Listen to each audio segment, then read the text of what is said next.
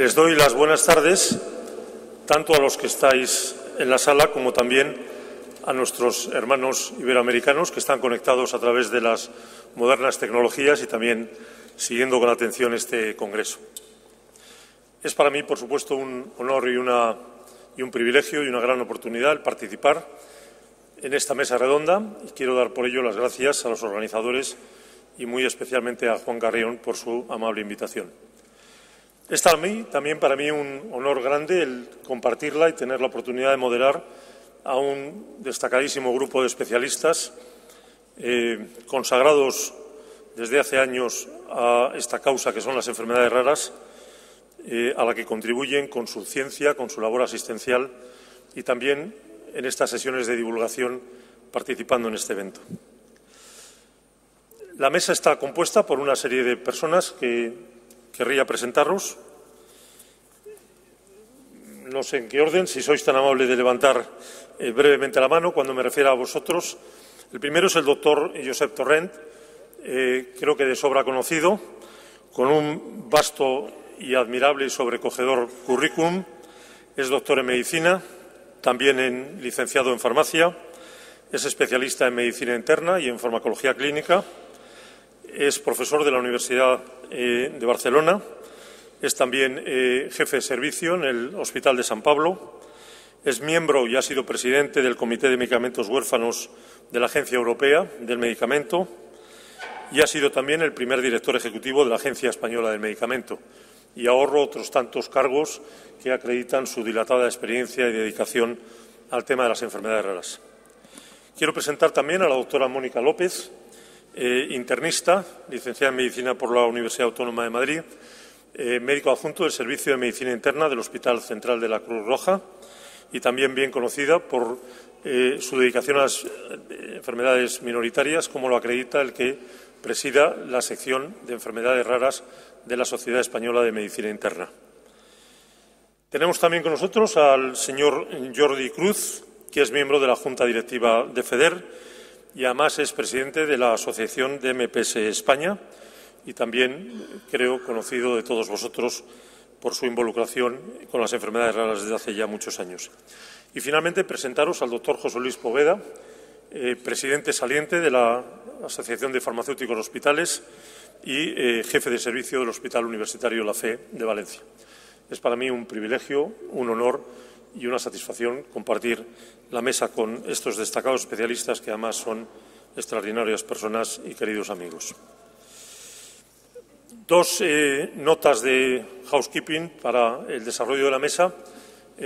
La idea es tener una intervención de cada uno de los componentes de la mesa de aproximadamente 10 minutos, sin interrupción uno detrás de otro.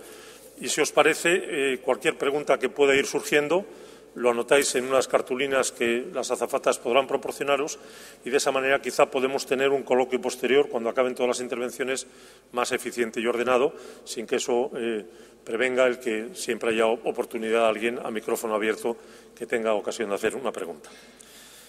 Bien, dicho eso, y a modo de introducción del tema, sabéis también como yo que las enfermedades raras afectan a muy pocas personas. Sabéis de sobra la prevalencia que sirve de límite para la definición de lo que es una enfermedad rara, menos de 5 en cada 10.000 nacidos. Sabéis que la mayor parte de los afectados tienen enfermedades ultra raras, cuya prevalencia es aún menor, del orden de 1 por cada 10.000 nacidos, es decir, 5 veces inferior a esa definición de enfermedades raras. Sabéis que en promedio estas enfermedades raras afectan a un colectivo de unas 400 personas por cada una de estas enfermedades, si bien hay casos, y en días muy recientes hemos oído en la televisión de una de estas enfermedades raras donde hay un único paciente en España y 7 en Estados Unidos, es decir, hay ultra rarísimas también. Y sabéis que en España hay aproximadamente unos 24.000 pacientes en tratamiento. Sin embargo, a pesar de que las enfermedades raras afectan en sentido literal y doliente a muy pocas personas, afectan en sentido más amplio a un colectivo muy importante de gente que también estamos involucrados y afectados profesionalmente, sentimentalmente, como técnicos al mundo de las enfermedades raras. Alrededor de 3 millones de españoles sufren enfermedades raras, quizá alrededor de 30 millones de europeos, y junto a ellos estamos un colectivo que van desde los gestores del sistema sanitario, las autoridades de salud pública, hasta la industria farmacéutica, los médicos especialistas, los profesionales de la salud, los enfermeros, los psicólogos, los asistentes sociales y, desde luego, en lugar primigenio y de principal protagonismo, a los familiares y a los enfermos que sufrís estas enfermedades. El mensaje es: no estáis solos. Ponemos mucho nuestra dedicación profesional tratando de ayudaros y tratando de ayudar a que estas enfermedades sean conocidas, diagnosticadas y tratadas. A pesar de todo esto, el reto está ahí y yo creo que se resume bien en esta diapositiva que he usurpado de FEDER, en el que se nos recuerda que el 80% de estas enfermedades son crónicas, a pesar de que muchas de ellas no son reconocidas como tales, que hay un problema de diagnóstico que llega a 5 o 10 años dando tumbos por el sistema sanitario hasta que uno recibe ese día más feliz de mi vida en que por fin supe lo que le pasaba a mi hijo, que hay todavía 3.200 familias sin diagnóstico después de 15 años en los ficheros de FEDER, que hay un diagnóstico tardío en buena medida subsanable si tuviéramos mejores recursos de formación, de educación de los profesionales, de sistemas de diagnóstico, de unidades de referencia, etcétera, y que esta ausencia de diagnóstico va acompañada también de diagnósticos incorrectos y muchas veces de tratamientos incorrectos que no hacen nada por la enfermedad y, al contrario, son fuente de problemas adicionales. Todo este panorama, todo este reto de las enfermedades raras empezó a cambiar de una manera radical en el año 2000. Yo creo que es un año de incepción de una nueva esperanza para este colectivo, cuando la Unión Europea adoptó el reglamento sobre medicamentos huérfanos que había previamente sido propuesto por la Comisión, y entró en vigor a partir de ese año la regulación de medicamentos huérfanos. Esta regulación de medicamentos huérfanos se produjo en Europa de manera acompasada a lo que había sucedido en otros entornos nuestros, particularmente en Estados Unidos, que fueron pioneros y desarrollaron una legislación similar en el año 93, y también en Japón, en el año 83, y también en Japón, que en el año 93 introdujo este sistema, que básicamente consiste en un sistema de incentivos a la investigación sobre enfermedades raras y, en particular, al desarrollo de medicamentos huérfanos. Como podéis ver, Europa se incorpora a esta tendencia en el año 2000, con algunos años de retraso. También, como podéis ver, con un abordaje algo diferente en cuanto a la definición de las enfermedades raras, y también algo diferente en cuanto a qué tipo de incentivos, de estímulos a la investigación fue capaz de legislar y de proponer, y también en cuanto a los fondos económicos de los que se dotó esta iniciativa para proyectos de investigación, que veis que, si bien en Estados Unidos fue de 3.600 millones de dólares, en Europa fue una cifra bastante más modesta, de 620 millones. Bien, esta fecha verdaderamente fundacional ha ido acompañada de otra serie de iniciativas. El doctor Josep Torrent sabe mucho de ello, porque muchas de ellas han estado protagonizadas o impulsadas por él mismo, de las cuales yo citaría dos que tienen también un carácter de hito, diríamos, dentro de este desarrollo, que son la comunicación de la Comisión sobre enfermedades raras, retos europeos, en el año 2008, y especialmente la recomendación del Consejo Europeo en el campo de las enfermedades raras, porque es el momento fundacional de los planes nacionales sobre enfermedades raras que se propusieron a los Estados miembros con el horizonte del año 2013 en dos oleadas sucesivas, y que naturalmente marcan un año y un después, por lo menos desde el punto de vista de la asunción de esta prioridad de salud pública en relación a lo que existía previamente. Bien, desde entonces es mucho lo que se ha hecho y mucho lo que se ha conseguido, mucho lo que se ha logrado en términos de apoyo a los pacientes, de incentivos a la investigación, tanto clínica como farmacológica, de designación y aprobación de medicamentos huérfanos, de aumento del protocolo, de los protocolos y de los presupuestos, y también de legislación internacional y nacional en forma de planes nacionales de enfermedades raras. Aquí tengo una estadística que yo creo que lo dice todo, ¿no? Esta es la evolución del número de publicaciones científicas sobre enfermedades raras en los últimos años. Y, como veis, el crecimiento ha sido absolutamente exponencial, que es la mejor expresión de ese incremento de interés en la comunidad científica y también en el mundo industrial por el medicamento huérfano y por las enfermedades raras. Tengo también otras estadísticas que ilustran bien esto que estoy diciendo. En el año 98-2002 había 47 proyectos y 64 millones en investigación. En los últimos 5 años estamos hablando de 120 proyectos y más de 620 millones de euros en investigación. Todavía insuficiente, pero ciertamente marcando un cambio de tendencia y una prioridad que previamente no existía. Y estas dos marcas, el IRDIC y Eurogentex, que son networks, que son iniciativas, programas, propuestas de colaboración en el ámbito de la genética clínica y en el ámbito también de la investigación sobre las enfermedades raras. Es evidente este avance.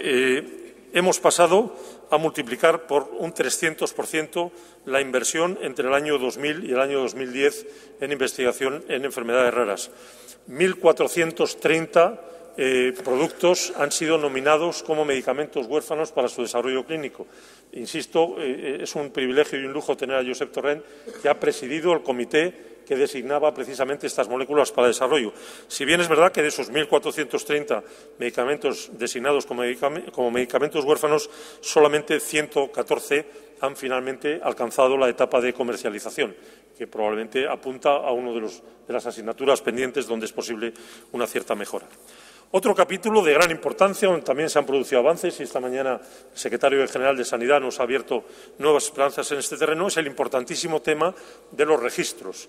Yo no voy a hablar de este tema, pero los registros son absolutamente claves en este campo, como probablemente en otros, para soportar la investigación clínica, para dimensionar el problema, para tomar decisiones relevantes en la clínica, para conocer la eficacia real en la vida real de los tratamientos, para establecer el coste-efectividad, etcétera, etcétera. Hoy hay registros en la Unión Europea en muchos países, mejores o peores, en un panorama en construcción, trabajo en progreso, pero en todo caso alentador, y esta mañana hemos oído el firme propósito, por lo visto, del Ministerio de Sanidad de impulsar y de realmente rematar, llevar a conclusión la obra de un registro nacional de enfermedades raras. Pero aún quedan muchos desafíos que dificultan este proceso. Lo he mencionado antes. Solo el 7% de los medicamentos que han recibido la designación como medicamento raro en el momento de su nacimiento y propuesta para desarrollo clínico acaban siendo comercializados y llegando al mercado por una razón u otra. Muchos planes nacionales, la impresión que da es que se han quedado más en papel mojado que en ninguna otra cosa.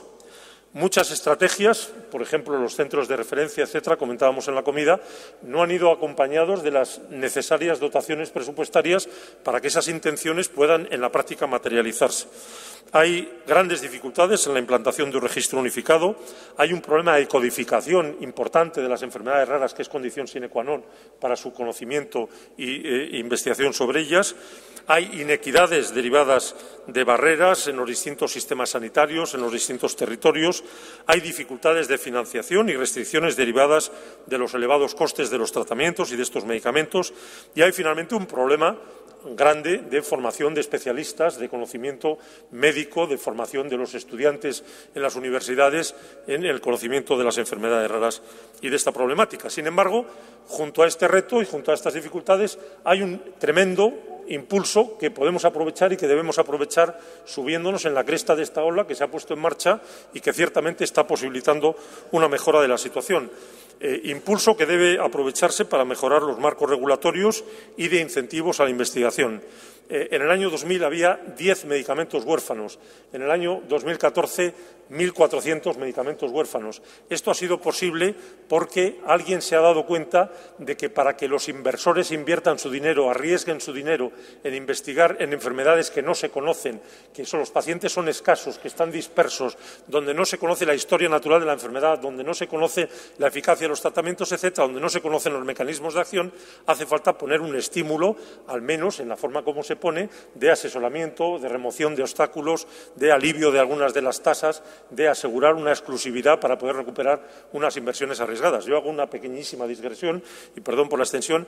El otro día hablaba con el CEO mundial de mi compañía, es decir, el presidente mundial, y hablábamos sobre la posibilidad de adquirir fármacos desarrollados por compañías startups y grupos de investigación fundamentalmente en Estados Unidos, etcétera. Y me decía, Javier, es que si tú compras un medicamento huérfano en fase 2, que solamente le queda la fase 3 y ya teóricamente está en condiciones de ponerse en el mercado, todavía tiene solo un 5% de posibilidades de poder acceder al mercado. Es decir, el riesgo para el inversor que expone su dinero, que financia ese desarrollo clínico, incluso todavía en fase 2, es extraordinario. Y, naturalmente, pensemos en lo que cada uno de nosotros hacemos con nuestros ahorros. Nadie los quiere exponer a una volatilidad si por lo menos no tiene el incentivo de encontrar un posible retorno favorable de esa inversión que desarrolla.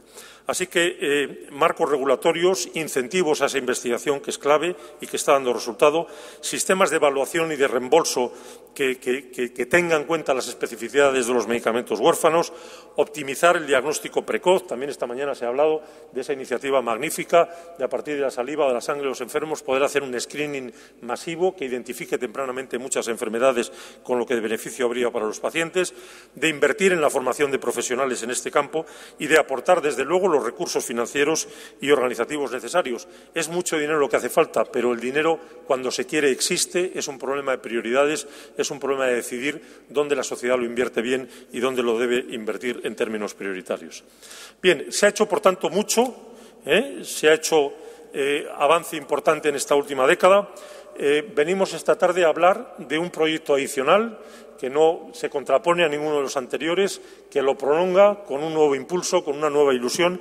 Y este proyecto es un consenso de expertos que lo que ha querido básicamente es ver de la lista de buenos deseos, de la carta a los Reyes Magos que los enfermos, los familiares, los profesionales, los clínicos tenemos, que es una larga lista que mezcla voluntarismo, buena voluntad, reivindicaciones exigibles, valorarlos a la luz de dos criterios.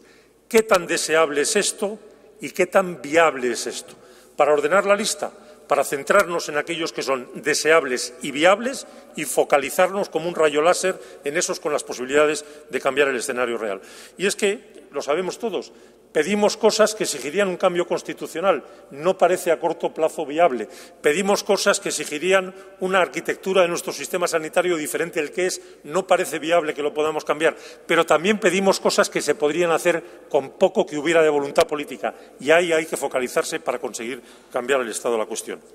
Bien, es, por tanto, una llamada para la acción que basa en posición de partida de los documentos, de los planes que se han hecho, del Plan Nacional, de las aportaciones de las comunidades, de todo el esfuerzo de tantas personas a lo largo de los años, y que lo filtre a la luz de este doble criterio, es decir, cuál es la deseabilidad de este objetivo y cuál es la viabilidad práctica de este objetivo. Y trabajar todos juntos en un horizonte a 5 años para tratar de, concentrándonos en cosas muy concretas, producir avances tangibles y tocables, ¿no? Bien, el proyecto ha tenido un comité y tiene un comité científico de lujo, en buena parte representado en la mesa, con el doctor Ignacio Abaitúa, del Carlos III, con el doctor José Luis Poveda, de la Sociedad Española de Farmacéuticos Hospitales, con Josep Torrent, Jordi Cruz, Jordi Pérez, del Hospital Vall d'Hebron, internista, Luis González, del Hospital Infantil de Niño Jesús, y yo mismo. Un comité científico para asegurar el rigor, la independencia, la corrección metodológica del estudio.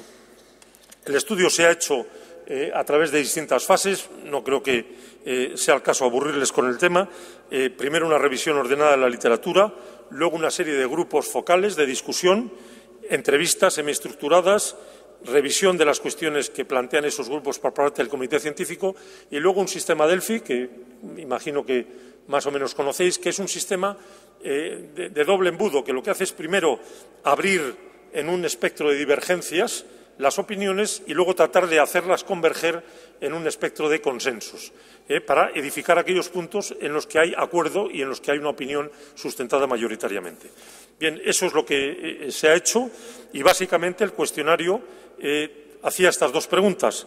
¿Qué es lo que le gustaría a usted que pasase, siendo usted clínico, siendo usted investigador, siendo usted familiar de enfermo o enfermo, siendo usted cualquier otro asociado o partícipe a esta problemática, ¿qué es lo que le gustaría a usted que pasase? Y segundo, ¿qué tan probable usted que esto pase en los próximos 5 años o incluso en vida suya?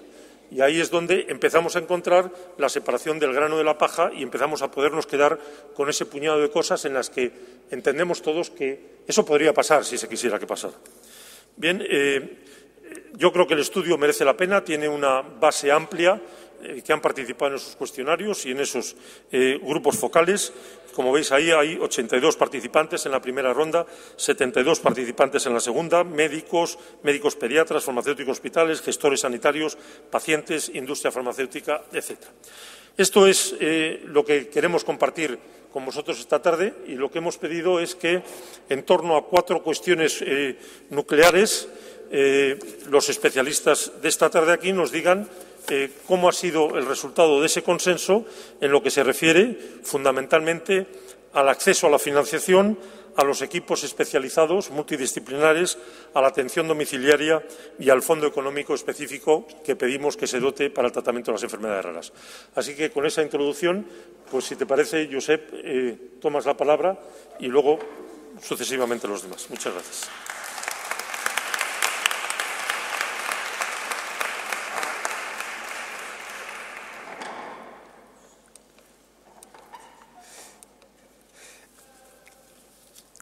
Sí, gracias a todos. Gracias primero, Javier, por estas palabras tan amables. Es cierto que el trabajo nunca es de uno y menos en un campo tan cooperativo.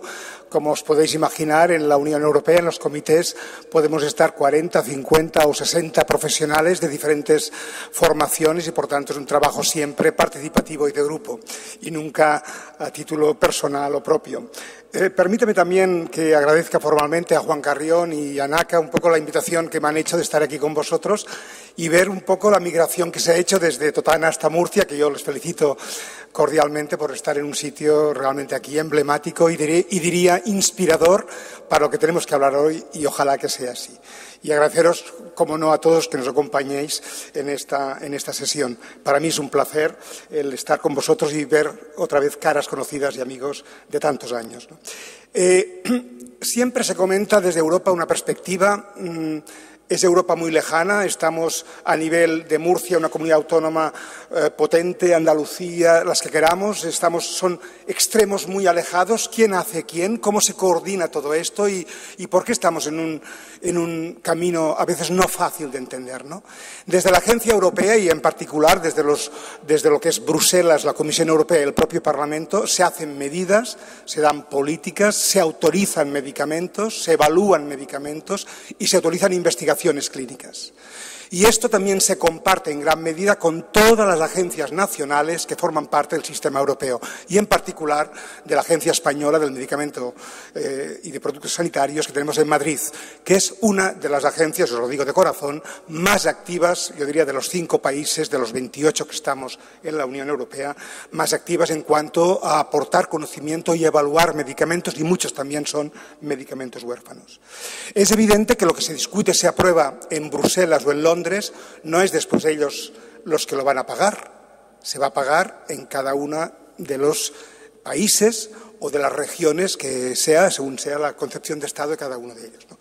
En nuestro país, que tenemos un sistema de salud compartido entre las comunidades autónomas y el propio Ministerio de Sanidad, el Ministerio de Sanidad tiene muchas responsabilidades. Una, en el tema que nos ocupa hoy, es el establecer el precio, el valor del medicamento que tiene en el conjunto de la sociedad y, por lo tanto, darle el precio que pueda tener y las condiciones de financiación a cargo del Sistema Nacional de Salud, que es único. Bueno, debería decir que debería ser único. Está un poco fragmentado y lo podremos ver después con más atención.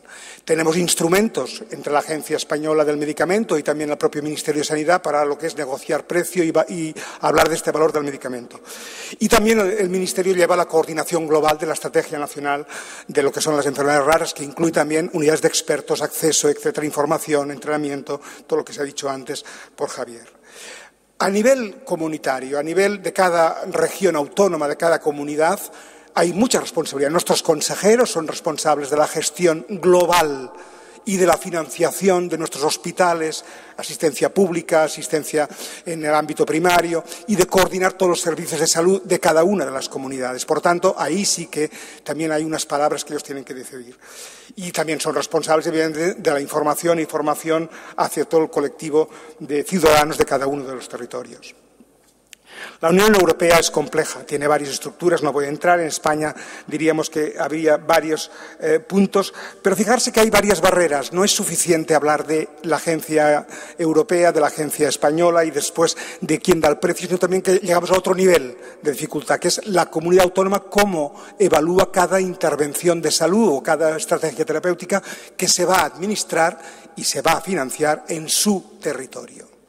Esto sería lo que me interesa que os quede claro para ver la dimensión del problema y la solución, si es que podemos encontrarla de alguna forma.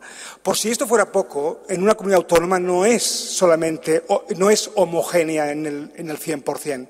Hay hospitales, en cada comunidad autónoma tenemos hospitales universitarios, en algunos más, que también deciden con sus comités de farmacoterapéutica las opciones que tienen que llegar a estos hospitales y que se tienen que dispensar en estos centros, que en el futuro espero que sean centros o unidades de referencia en enfermedades raras. Por tanto, ya tenemos como unos 3-4 niveles de decisión. Y en muchos casos, en esta cadena, el paciente cada vez está más lejos, sobre todo en nuestro país. Claro, esto es otra dimensión que lo podéis ver aquí un poquito, pero lo que quiero simbolizar es que el proyecto europeo, más o menos en estos 15 años, va bastante armónico. No tiene que ver con la financiación que es exclusiva de ámbito puro nacional y, por lo tanto, ahí no nos jugamos los dineros y somos todos muy educados en los comités europeos. Cuando bajamos este escalón, a nivel de cada país, hay problemas o hay diferentes enfoques en cada uno de los países. Y vemos un poco, como se marca aquí en rojo, que tal vez se rompe esta equidad en el acceso que deberían tener todos los medicamentos huérfanos para los pacientes o los afectados que viven con una enfermedad rara. En cuanto, ahora sí, de lleno al consenso, al cuestionario Delphi que nos hemos planteado y que hoy es lo que os explicamos aquí, en mi parte la pregunta era: ¿tenemos criterios homogéneos para evaluar estos medicamentos? ¿Estos criterios deberíamos tenerlos? Y en esta perspectiva, 5 años, ¿los podríamos tener? Es decir, ¿sería bueno que todos los hospitales nuestros, las diferentes regiones autónomas y el propio Ministerio tuviera estos criterios para trabajar conjuntamente? Y ven que toda la entrevista que se hizo y las ruedas de ajuste que exige el cuestionario de Delphi, el 98%, como no podía ser de otra manera, decimos, pues sí, es deseable y debería ser unos criterios compartidos y únicos a la hora de valorar estos medicamentos para que se introduzcan de una forma progresiva en nuestro Sistema Nacional de Salud. Si les preguntamos, ¿será posible en el futuro esta segunda visión a los 5 o 7 años? Vemos que el porcentaje ya es un poco más bajo, es un sí, porque supera este 75%, pero de alguna forma, y este es lo que tenemos más concordancia, ¿no? Pero fíjense en la otra. La pregunta sería, ¿es necesario una evaluación única en nuestro país o tenemos que hacer esta evaluación única multiplicada por 17 más multiplicada por los hospitales? Que entonces no acabamos nunca. Lo que dice el Ministerio queda deslavazado cuando llega ya a un hospital que pues, se valora con criterios de contexto del propio entorno hospitalario. Y lo que nos preguntamos es, ¿esto favorece al paciente y a las familias? ¿Esto no puede ser una fuente de desigualdad? ¿No puede ser una fuente de falta de equidad entre regiones y entre hospitales de una misma región, con criterios de gestión a veces económicos y no en el valor social o el valor familiar que puede aportar un medicamento huérfano? Y aquí vemos que las preguntas, el 95%, es que decimos la evaluación única, deseable y la queremos. ¿En el futuro la vemos posible? Pues no, es no. Y posiblemente esto tiene que ver mucho con el articulado que tenemos en nuestro país y en este fraccionamiento del sistema de salud. Claro, esta pregunta es evaluación única y con criterios únicos, es decir, sería lo más deseable. Es decir, que no nos perdamos tanto tiempo en esta jungla de evaluaciones que podemos acabar que una cosa en un hospital de una región determinada se dice que sí y con la misma evidencia, con el mismo caso clínico, se dice que no a un acceso determinado de un tratamiento. A veces aduciendo que la evidencia no es buena o que los costes son muy altos. Y aquí vemos que esta pregunta combinada desde el punto de vista formal todo el mundo lo ve y lo visualiza como que sí, pero la perspectiva de tenerlo en futuro va a ser un no, pero es un no en la discrepancia, es decir, no lo ven ni posible en este caso, a diferencia de los anteriores. Es decir, es concordancia de que el 71% dice no podrá ser, aunque fuera deseable este supuesto que estamos hablando, ¿no? Claro, ¿por qué esto no es posible? Yo no sé si todo esto que hemos explicado, es decir, aquí que vemos las comunidades autónomas en esta tercera línea, aquí en mi derecha, si vemos también la Agencia Española a la izquierda, el Ministerio de Sanidad, que es el responsable de coordinar y hacer esta política de precios en toda España, y no solamente para las enfermedades raras,